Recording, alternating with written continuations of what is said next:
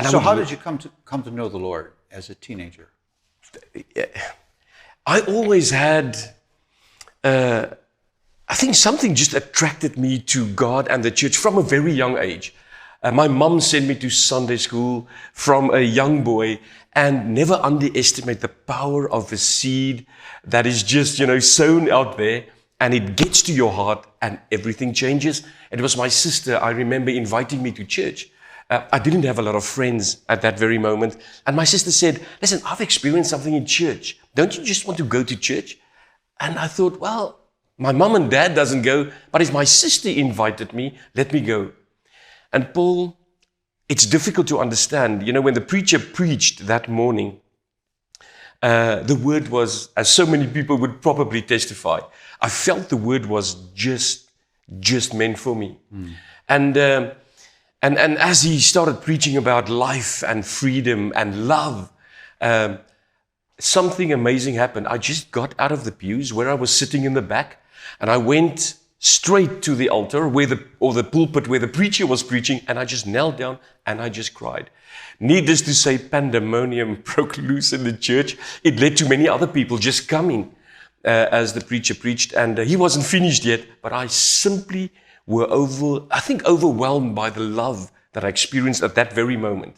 So describe yourself as a teenager, good kid, some spiritual awareness, moral consciousness. How would you describe yourself? That's such a good and deep question right there. I think personally for me, I was a skinny guy. Bullying is something that a lot of people talk about these days. It's never stopped, I think. And my dad taught me one thing, and listen, if there's a bully in your way, make sure you get the first shot in and then you run. And I did that. I was a very, very skinny kid at school. And so a lot of picking, a lot of bullying. And I did get my first shot in, and I paid the price much later. But what I used as a mechanism is I speak quickly. I speak easily.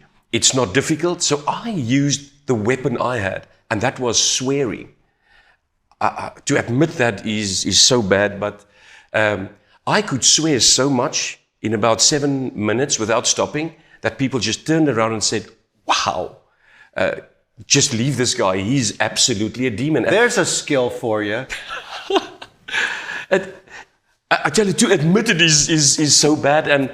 And so I could really get into guys' heads and people's heads, and that haunted me. When I went to bed at night, that was the one thing that said, you are the worst kind of person there ever is. Your words kill and it destroys. And I think that drove me to Christ. That day when I entered church and that beautiful reverend spoke, I realized I've got to make a move, and a quick one. I want to change. And that was the first miracle in my life. That evening when I left the church, every single swear word I ever had in my mind or in my, wherever it was in my heart, disappeared. It was the weirdest experience of my entire life when I woke up and I couldn't remember one of those words. And that was the first thing people said, wow, you sound different. Yeah. And I think that was the awareness I had when I really needed Christ and really needed Jesus.